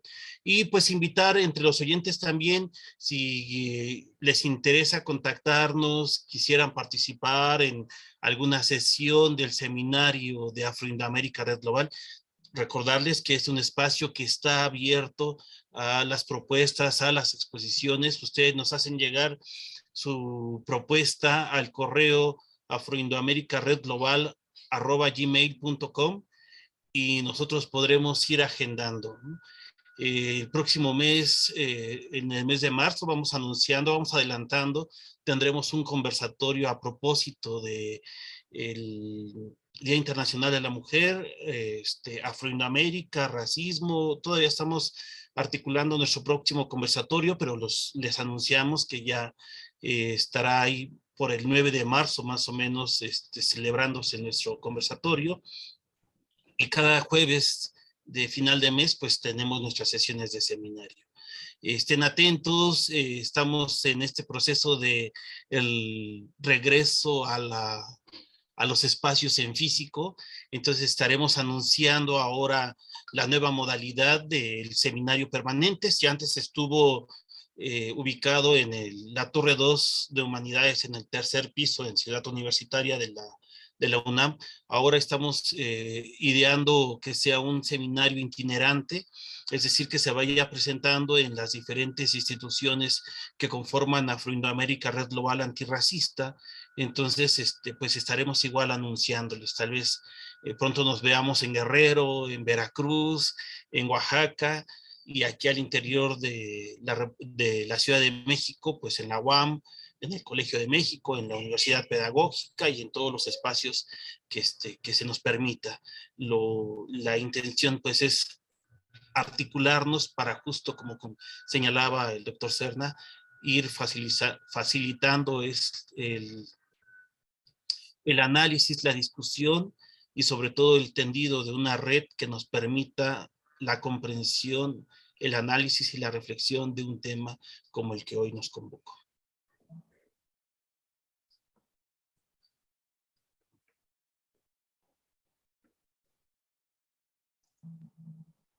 Y pues no sé si alguien más quiera decir algo, y si no, pues Rocío, tienes la voz cantante. Cerrando, Berenice. Berenice. Y cerramos ya, pues nos despedimos. Muchas gracias a todos y a todas, todos los que estuvieron acompañándonos, a Scarlett por su excelente participación, a todos aquí que estaban en la sala de chat, y pues nos estamos viendo en las próximas actividades de Afroindoamérica Red Global Antirracista. Muchas gracias de nuevo a todos por la invitación y por acompañarnos. Hasta luego.